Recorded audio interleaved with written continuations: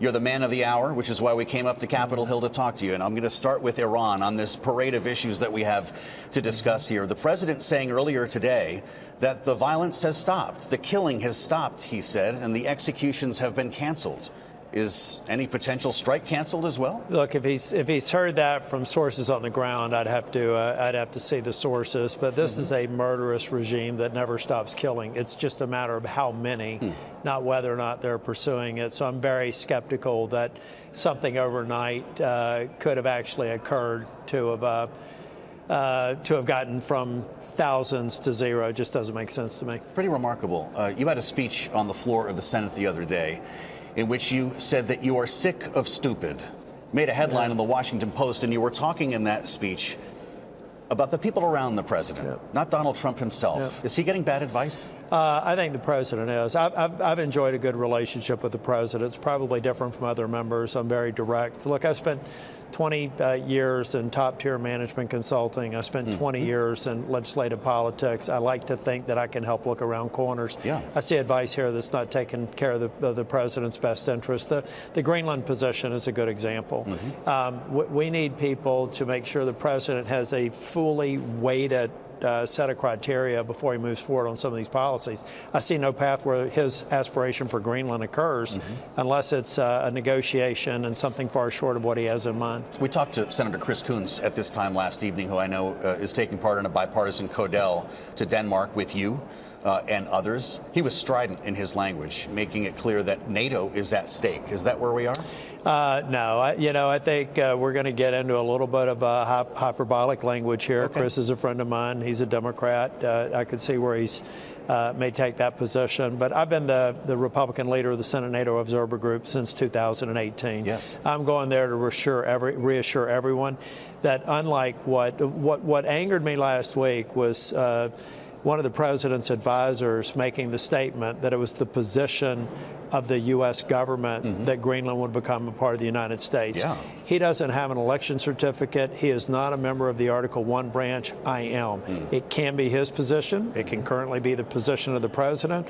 But the people, the people in Denmark, the NATO countries, our allies, our partners, the people who have gone to war with us, fought side by side with us, lost lives when they came to Afghanistan, consistent with their Article 5 commitment in NATO. I want to make them very aware of the fact that there is not support for this in Congress, regardless of what they may say in the White House. I think that an illegal taking of another territory and from a sovereign nation and a member of NATO is just not good advice. And I'm going there to tell them there's at least one branch of government that stands with the NATO alliance.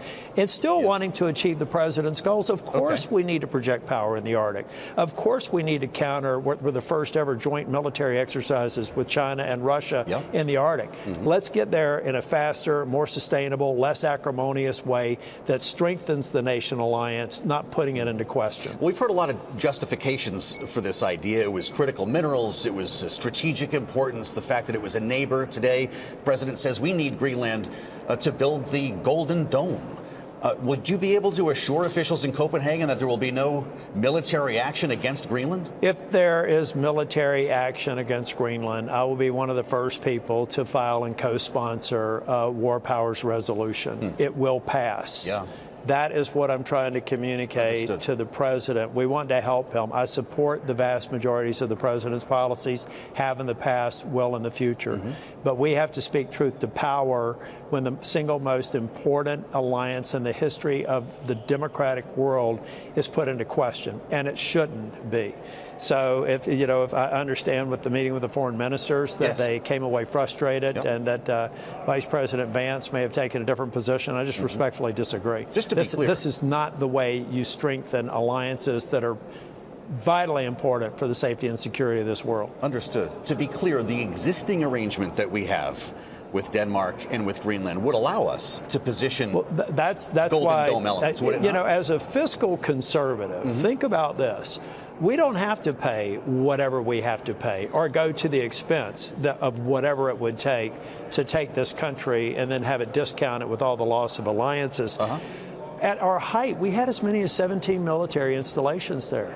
There's no question that that Denmark and that Greenland would like to have American technology to potentially fully realize the rare earth minerals potential they have there. Yeah. There's no doubt that the infrastructure that at one point allowed as many as 17 military bases could be modernized, and we could be there with an ally projecting power in a contested part of the world. That's what I mean. It would cost us less money, it would produce less tumult, and give us the same sort of capability. What is not to like about that plan? The question I have is, did anyone actually tell the president that all that was possible, and it was possible not because of some future planning, but because it's been that way in the past? Right, yes. All of that said, we've also got something cooking in Venezuela. Oh, yeah. Should there be a war powers? No, I think that by voting for the War Powers resolution that Senator Kaine, look, it's a messaging exercise, right? How are they different? I'll explain. Number one, it's a messaging exercise. Does anybody really believe that this president wouldn't veto it? And it is subject to veto authority. Sure. There's also a question as to whether or not the House would even, whether it would be successful in the House. Yes. So at the end of the day, it's a messaging exercise. Although they have their own war powers in the House. I know, but I thought it sends a message that I didn't support, that I would not be supporting what the president did in Venezuela. I am thrilled with the precision and the exquisite execution of what it took to get Maduro and his wife into custody, and now have to defend themselves in a court of law. I don't want anyone to think that I'm the least bit concerned with the execution of that. I also know that there are no boots on the ground. And so, to me, it's a war powers resolution flexing a message that I don't agree with in the same week that I'm happy with what they did. In the future, if boots go on the ground, of course we're going to have a war powers resolution. That's the line for you. Yeah.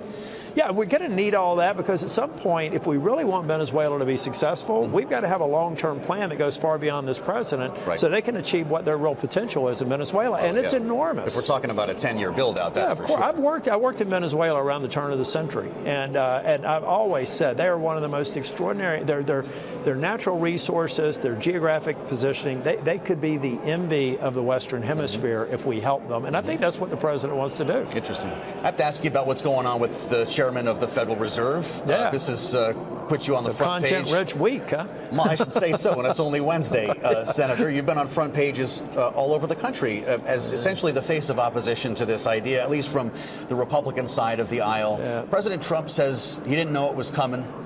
The idea of Jay Powell in an orange jumpsuit has upset a lot of people up here on Capitol Hill. Is that where this is going? Yeah, look, I think, I probably leaned in more heavily than other people, but everybody should look at the statements made by House and Senate members about their concern. The president said he wasn't aware of it. I wasn't either.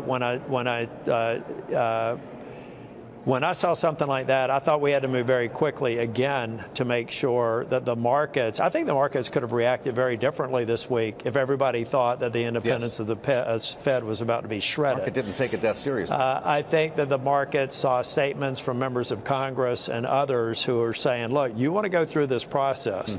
It's remarkable to me that someone in the DOJ would move without the president's knowledge, but apparently they did. But look, if suddenly the threat of a lawsuit can take a chair out of play, how can anybody think that that's anything more than a de facto ending the independence of the Fed? And we all know what that does to markets worldwide. You said that you would block the president's efforts to name a new chair until this matter is resolved. How do we define resolve? No, actually, to be clear, I will block any effort to name any member of the Fed board until this matter is resolved. How do we define resolved? With charges withdrawn, or it's either got to be fully adjudicated, or they don't move forward with an indictment and they close the case and they explain reasons why. It'll take as long as they've chosen to take. I didn't put them here; they put them here. And I think that because to me, to move on would almost validate that this is a way that you can actually get the Fed under heel. I mean, that's why I'm not trying to be cantankerous. Again, I support this president. But in this case, how can anybody logically say, well, we'll move on from Chair Powell and not think that that becomes a device for influence over the board. Yeah. So to me, it was just something that we had to do fairly quickly because I was mindful of how the markets could react, and I was very pleased to see a fair number of Republicans on both sides of Capitol. Yeah, as I mentioned, this has upset a number of people up here. The markets are and waiting many more. for some Look news at on former this. Treasury secretaries. Look at, I mean, this is a Scott bipartisan Bessent didn't concern. seem too happy about it either. I'm not going to speak for him, but he didn't appear to. He did not appear to be. So could we end up in a world where Jay Powell says, you know what, I'm not going anywhere, and he's on the board till 28? He could be. But I think that everything that I've heard from Chair Powell is that he was stepping down from the chairman's role, and he may or may not serve out his entire term. Yes. But with this sort of a flex from some person in the D.C. district, I know how I would react to it, and we'll just have to see how Mr. Powell does after the underlying matters adjudicated. We just walked through 3 big buckets here. Yeah. Do you like the way you're being framed in the media as the check on Trump, the Republican? No, I don't. You can say no. I don't. You said you've never had an argument with him. President Trump and I'm going to throw this phone over here because somebody's trying to call me and I'm tired of. I think you should tired. take It's it. probably a friend of mine because I we'll do. Wait for you. I play tricks on them. I call them during y'all's interviews. I did it with McHenry the other day. Thank you. So maybe he's getting me back. So but that's anyway, who it was. Look, I am trying to, when I decided to retire, I felt like I could be a much better advisor to the president and disintermediate any thought in the press that when I agree with him, which is the majority of the time, I'm only doing it because I'm afraid of my reelection prospects. To me, I felt like I could be a much better resource to the president to check against some of the amateurish policies that he is pursuing by being completely independent to call balls and strikes. It's why we put in the statement what we did. I am here to make sure that this president has a strong legacy. There are people working for him who couldn't care less about the legacy. They care about the moment and the transaction. I care about how this president is remembered in history because a successful Republican president, in my opinion, is a successful nation. So you think he's surrounded by the wrong people? No, I haven't said that. He's got some good people there. I'm going to go through a list because I've decided. I've talked to him individually. I'm going through a list. I'm saying the majority of you guys are good stuff. But some people are giving the president advice is problematic, and it's my job to speak truth. And hopefully we'll maintain a good relationship. That's entirely up to the president.